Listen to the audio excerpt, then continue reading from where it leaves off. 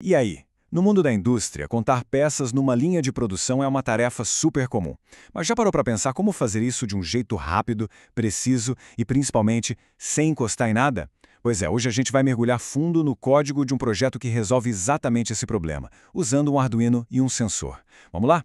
Beleza, vamos direto ao ponto. Imagina só uma esteira e nela centenas de peças de metal passando a toda velocidade, a cada minuto. O desafio é como a gente pode garantir que cada uma dessas peças seja contada sem erro nenhum. Esse é um problema clássico, um quebra-cabeça da automação industrial. E a resposta para esse quebra-cabeça está bem aqui, nesse componente. Esse é um sensor indutivo. Pensa nele como os olhos eletrônicos do nosso projeto. É ele que vai permitir que o nosso sistema enxergue os objetos de metal sem precisar de nenhum contato físico. Então tá. Antes da gente pular para o código, vamos entender direitinho a tecnologia por trás de tudo isso. Vamos começar com o coração da detecção, o tal do sensor. A mágica aqui é toda eletromagnética. É bem legal. O sensor basicamente cria um campo invisível na frente dele. Aí no momento em que um objeto de metal entra nesse campo, pronto, ele perturba tudo. Essa perturbação é detectada na hora e o sensor manda um sinal elétrico. Simples, mas genial. Certo? Com o princípio já entendido, vamos ver como a gente conecta as peças. É hora de montar o corpo do nosso sistema contador. Agora, o que é bem interessante nesse esquema aqui é como tudo é simples. A gente tem o Arduino, que vai ser o cérebro de toda a operação, processando as informações, e para simular o nosso sensor de verdade, vamos usar um simples botão. Cada clique no botão vai ser como se uma peça de metal tivesse passado na frente do sensor real.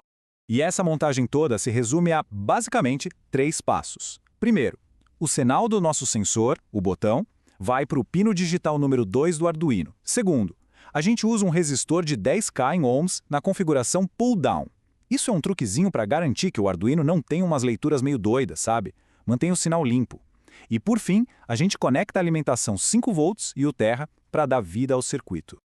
Ok, hardware montado. Agora sim, vamos para a parte mais legal, o coração do projeto, a inteligência que faz tudo acontecer.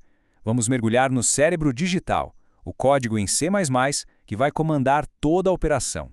E aqui está ele, o programa completo. É esse conjunto de instruções que vai dizer para o Arduino exatamente o que fazer, como ler o sensor, como contar e como mostrar o resultado para a gente. Vamos analisar as partes mais importantes agora. Todo programa começa definindo suas variáveis. E aqui a gente tem 3 que são cruciais. A primeira, pino sensor, basicamente diz para o Arduino, ó, presta atenção nesse pino aqui.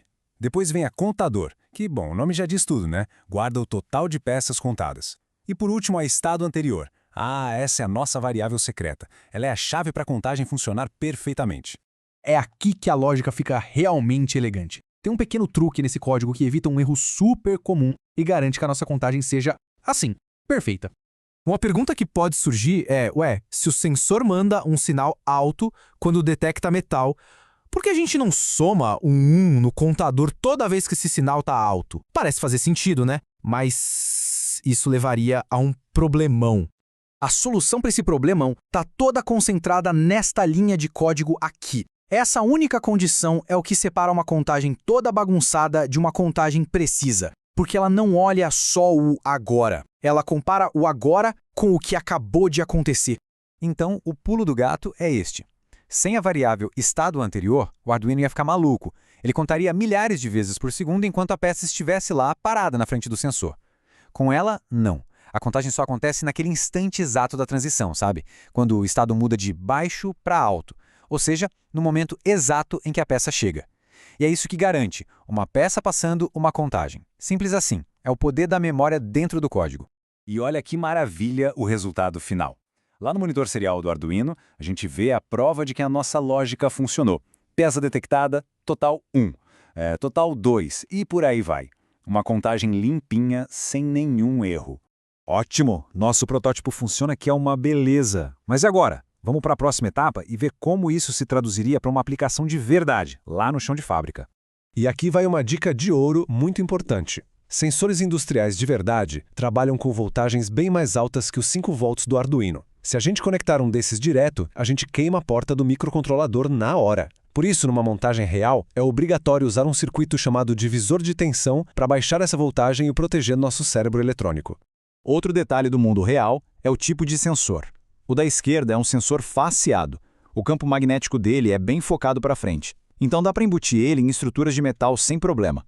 Já o da direita é não faceado. Ele tem um alcance maior, só que o campo dele se espalha para os lados, então nem pensar em montar ele dentro de metal, porque ele ia acabar detectando o próprio suporte. E para a gente fechar, fica uma reflexão. Essa lógica principal que a gente viu aqui, a de agir só na mudança de estado, é uma ideia incrivelmente poderosa e que vai muito além de contar peças. Onde mais a gente poderia aplicar esse conceito de detectar a transição em vez de só o estado atual? Fica aí a pergunta para a gente pensar.